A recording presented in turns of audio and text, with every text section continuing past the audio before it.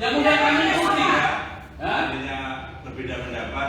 Bukan berbeda pendapat. Bekerja berdasarkan sidang selanjutnya kami tunda. Anda berbohong ya? yang mulia. Kami juga. Ini saya ditembak. Saya ditembak. Saya berbohong. Saya mati. Tembak saja. Siapa? Tembak saja mulia. Saya ditembak. Tembak saja. Tembak. Tembak. Tembak. Saya tidak peduli. Hukum apa?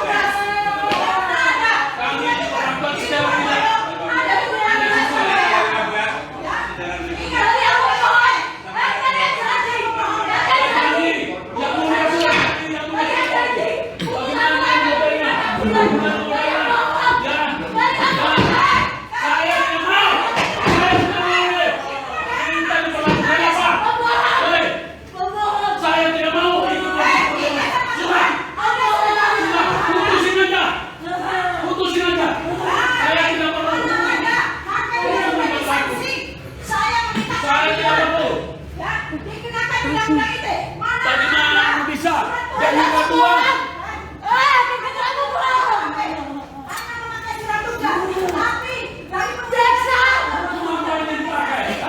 Hukum negara itu sama. Saya tidak takut. Saya tidak takut mati. Penjara saya takut. Mati saya bukan. Jangan dikira bahwa saya takut.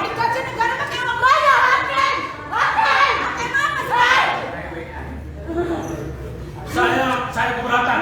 Apa ini? Masa kita tidak kerja? Kita tidak bisa baca hukum. Dari pengadilan Surabaya tanpa ada jelas dasar hukumnya. Ya, karena apakah pengadilan ini adalah miliknya siapa? Apakah dia badan hukum? Enggak, saya mau tanya. Pengadilan ini bekerja untuk siapa? Bekerja untuk hukum atau bekerja untuk penguasa? Ini saya tahu ini. Pasti bukan hukumnya bicara. Ya. Jadi ingat ya, saya tidak pernah takut dengan penjara. Karena nyawa pun saya siap taruhkan. Jadi kalau ada yang mau mengatakan saya takut, saya tidak takut. Kalau sudah tidak takut penjara, bunuh-bunuhan aja. Siapa yang untuk tembak? Saya siap kok.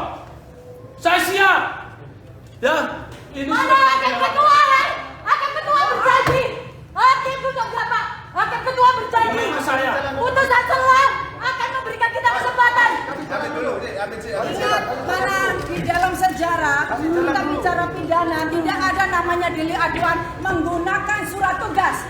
Karena yang melaporkan pengadilan negeri Sidoarjo tidak pernah di BAP, hanya menggunakan surat tugas. Sedangkan Jitu Wardoyo ada di pengadilan Surabaya. Ingat ya, Undang-Undang Perkosaan Kehakiman Nomor 48 tahun 2009 Pasal 17 tidak boleh ada hakim itu berhubungan langsung maupun tidak langsung. Ujung-ujungnya perkara ini pasti ada putusannya karena Jitu Wardoyo ada di pengadilan Surabaya. Siapa yang ada di sini? Ya, jadi ingat pelapornya adalah sekretaris PN di sini. Kalau ini dibawa ke pengadilan, tidak akan pernah ada adil. Pembohong! Kita Ada minta pembohong! keadilan. Kita minta saja bunuh dia. Bunuh saja. Bunuh. Saya mati. Ya. Kalian pembohong! Jaksa Sidoarjo! Kalian pembohong! Kalian pembohong! Kalian bikin anak aku capek! Ini masalah. Ingat! Saya akan tunjukkan ya, ingat. Dikiranya fisik ini bisa didiamkan, tapi mulut saya, ya, jiwa saya tidak akan pernah berhenti. Justru semakin saya dikriminalisasi, saya akan semakin melawan dan saya usahakan. Sekretaris Pak Surabaya! 3 Keluar! orang hakim di Sidoarjo sudah dikena sanksi ya oleh OJK atas laporan kami. Itu sebagai bukti bahwa tidak ada fitnah. Kami protes dan viral, ternyata hakim yang memalsukan sehingga diputus oleh KY. Bagaimana mungkin? Sekarang saya dilaporkan undang-undang TE. Apa sekarang kursi dilaporkan undang-undang? Melihat hakim yang kena suap, ya biarkan. Sehingga kenapa? Ini kasusnya awalnya saya dengan BPN Jati Lestari. Setelah diputus bebas, saya protes dan saya laporkan KY. Hakim tersebut kena sanksi KY. Hakim siapa Bu? Hakim Eko, Rikantoro sama seperti. Dikenakan ingat. putusan oleh KY non Palu. Tapi justru saya dilaporkan undang-undang ITE karena apa? Takut ke pengadilan adanya kebobrokan mafia hukum sehingga undang-undang ITE lah saya dikenakan. Kenapa? Pelapornya adalah ketua pengadilan hanya menggunakan surat tugas Jitu Wardoyo. Akan tetapi sampai tidak ada pemeriksaan daripada ketua pengadilan akhirnya P21. Setelah saya disidangkan di pengadilan Sidoarjo sampai acara agenda saksi, tahu-tahu saya dipindahkan ke Surabaya tanpa alasan yang jelas. Pasal 84 ayat 2 apa masuk? Bagaimana masuk? Baca pasal 84 ayat 2 bahwa kalau keadaan gawat darurat. Sedangkan ini tidak ada gawat darurat ya. Ingat itu. Langkah itu selanjutnya apa? Langkah selanjutnya saya tidak perlu proses ini karena ini pembodohan kepada masyarakat. Siapa Bu? Kenapa? Saya dengan dibutuhkan Rahayu. Saya seorang pengacara bisa saja dikriminalisasi. Bagaimana dengan masyarakat yang mulai itu? Bukan Faisal sendiri yang dikenakan. Jadi ingat masyarakat yang biasa saja bisa dikriminalisasi. Bagaimana saya seorang pengacara? Saya akan bertanggungjawabkan dan saya tidak akan mengikuti proses sidang yang bisa membodohkan masyarakat. Ingat itu. Tadi agendanya apa Bu? Tadi agendanya putusan celah. Yang sudah berjanji. Semua putusan celah baik dari kami sampai penasihat hukum kami ditolak semua tanpa alasan hukum yang jelas oleh ketua pengadilan. Ketua majelis. Pada waktu itu dia janji pada awal Ini dia saya perlu akan kasih tahu ini. Ada keterlibatan mafia. karena ingat ya, sekretaris sekarang ini yang melaporkan saya ada di pengadilan Surabaya sebagai sekretaris yaitu Jitu Wardoyo. Ingat ya, kita orang hukum, delik aduan itu harus jelas, harus perseorangan, harus badan hukum. Apakah pengadilan ini perusahaan? Ingat ya, sidang pertama hakim sudah berjanji akan memberikan kesempatan di waktu hukum putusan celah, tapi pembohong. Hakim ketua pembohong. Dan ingat ya, hakim Surabaya pembohong. Ya, saya sebagai pengacara tidak pernah takut karena saya bukan korupsi, bukan rasuah. Ya, selama ini mediasinya bagaimana Bu? Tidak ada mediasi ya. Semua ini sudah konspirasi. Semua konspirasi dari kepolisian, dari kejaksaan, bahkan di pengadilan. Ini semua suatu konspirasi. Biar masyarakat tahu banyak mafia hukum di sini. Banyak mafia hukum. Oknum pengadilan. Ada sedikit pelanggaran SEMA Bu ya. Bukan hanya SEMA. Saya sudah laporkan ketua pengadilan Sidoarjo yang mengadili waktu saya di Sidoarjo dan sekarang diproses komisi yudisial. Ingat itu ya. Sekarang nanti lanjutan yang kedua, babak kedua akan saya laporkan. Harapannya Ibu apa? Harapannya Ibu apa? Tentunya harapan janganlah kita dibodoh-bodohin oleh orang yang digaji oleh negara pakai uang rakyat. Kalau seperti ini proses pengadilan, kasihan masyarakat di luar sana. Ingat ya, ini hanya undang-undang ITE, delik aduan. Ya, terima kasih. Delik aduan bukan delik biasa ya Bu ya? Kenapa? Ini bukan delik biasa. Bukan delik biasa, delik aduan. Tidak pernah delik aduan itu dipakai surat tugas. Oke, terima kasih Bu. Sama-sama.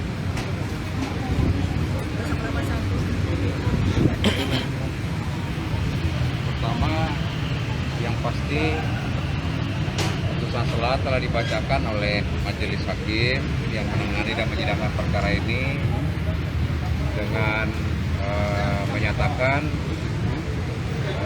tidak dapat diterima baik eksepsi yang disampaikan oleh para terdakwa maupun yang kami sampaikan selaku penasihat hukumnya.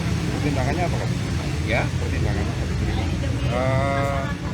Saya melihat bahwa dalam pertimbangan hukumnya majelis tidak memberikan pertimbangan yang cukup, ya, khususnya ya Kompetensi juga gitu. ya tidak memberikan pertimbangan yang cukup. Sepertinya menurut saya majelis hakim yang bisa menyidangkan perkara ini sedikit agak ada ketakutan untuk mengkritisi surat keputusan Mahkamah Agung yang mendasarkan persidangan perkara di Pengadilan Negeri Surabaya ini, karena itu kan aturan langsung, ya itu yang pertama. Sehingga di poin itu terhadap eksepsi kita, saya beranggapan bahwa karena saya mengangkat bunyi pasal 85 KUHP yang tidak sesuai dengan dasar itu, nah majelis hakim tidak memberi pertimbangan yang cukup tentang itu. Itu satu. Yang kedua, juga berkaitan dengan syarat material yang diharuskan dalam sebuah surat dakwaan. Ya, menurut saya juga majelis tidak memberikan pertimbangan yang cukup tentang itu. Dengan demikian, karena tidak memberikan pertimbangan yang cukup, tentu kita berdasarkan pasal 156 ayat 5 KUHP, kita akan mengajukan perlawanan terhadap putusan selain. Tapi gitu.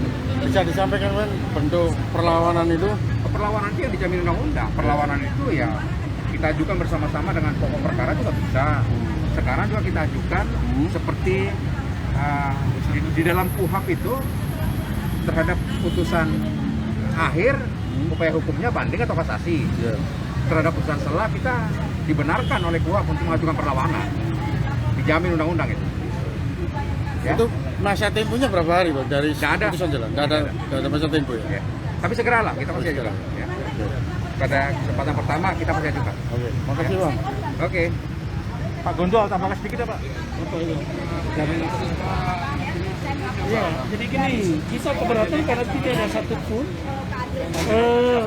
pertimbangan, tidak ada satupun eksepsi kita yang dipertimbangkan, semuanya ditolak.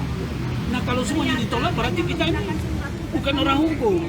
Kita tentu mengerjakan ini, ya mengerjakan ini kan tidak main-main, serius. Masa tidak satupun, ya keberatan dari pengacara maupun terdakwa, nggak ada satupun yang diterima atau setidaknya berimbang lah, ya kan? Jadi ada yang kita persoalkan itu berkaitan dengan eksepsi berkaitan dengan syarat sahnya sebuah dakwaan itu kan harus memenuhi syarat formil dan material. Nah, dalam syarat materialnya kita sudah uraikan dalam eksepsi, tetapi menurut majelis itu sudah masuk pokok perkara. Padahal syarat material itu adalah syarat sahnya sebuah dakwaan. Bagaimana ceritanya? Itu dimaknai masuk dalam pokok perkara, begitu. Jadi itu yang ya saya rasa gitu. Ya, oke ya, makasih ya. Kan agendanya sudah saksi ya. Harusnya kan kira-kira Sidoarjo, harusnya itulah hukum ini seperti ini ya, supaya kalian yang menebak-nebak sendiri. Ya, terima kasih ya Bu. Jadi dibawa ke Surabaya, dilempar ke Surabaya. Iya. Itu kapan Bu? Waktu sidang sudah 3 kali ya. Sudah 3 Tahun ini kali. juga ya? Iya, tahun ini barusan. Oh siap. Jadi supaya masyarakat tahu pemindahan itu harus punya dasar dari KUHP. Apakah Tapi nggak diketahui ya dasarnya apa? tidak diketahui, dan harus diingat terkait ini Mahkamah Agung hanya bisa menunjuk kepada Menteri Menkumham, bukan dari Mahkamah Agung. Ini menjadi suatu keanehan di Negeri Surabaya ya. Oh siap. Bu, Ibu melihat ini dugaan apa sih yang terjadi? Kok sampai tadi sempat ramai banget? Oh ya, otomatis karena eksepsi saya baik dari kami selaku terdakwa, baik dari pengacara, semua ditolak tanpa ada pertimbangan hukum hakim yang jelas. Oh, ya, gitu. ya. Kalau nanti seperti itu aja ya. Oke. Yang saya persoalkan hanyalah apakah pengadilan negeri Surabaya ini perusahaan swasta. Saya ingin tahu. Karena ini delik aduan. Dan sekarang yang melaporkan saya pakai surat tugas, katanya dicemarkan, itu ada sekretaris. Kok bisa kena undang-undang ITE? Apakah ibu mempublikasikan atau ibu menjelekkan nama orang? Saya tidak pernah menjelekkan nama seseorang. Saya meminta keadilan saja di Facebook saya, pribadi saya. Siap. Ya, hanya Berarti atas dasar itu ya? atas pelaporan dasar ini? itu pelapornya karena dia takut. Karena apa? Ketiga hakimnya sudah kena KY, kena unsur suap ya. Jadi sehingga mereka ini Tak kesel bener gojek gitu. ya.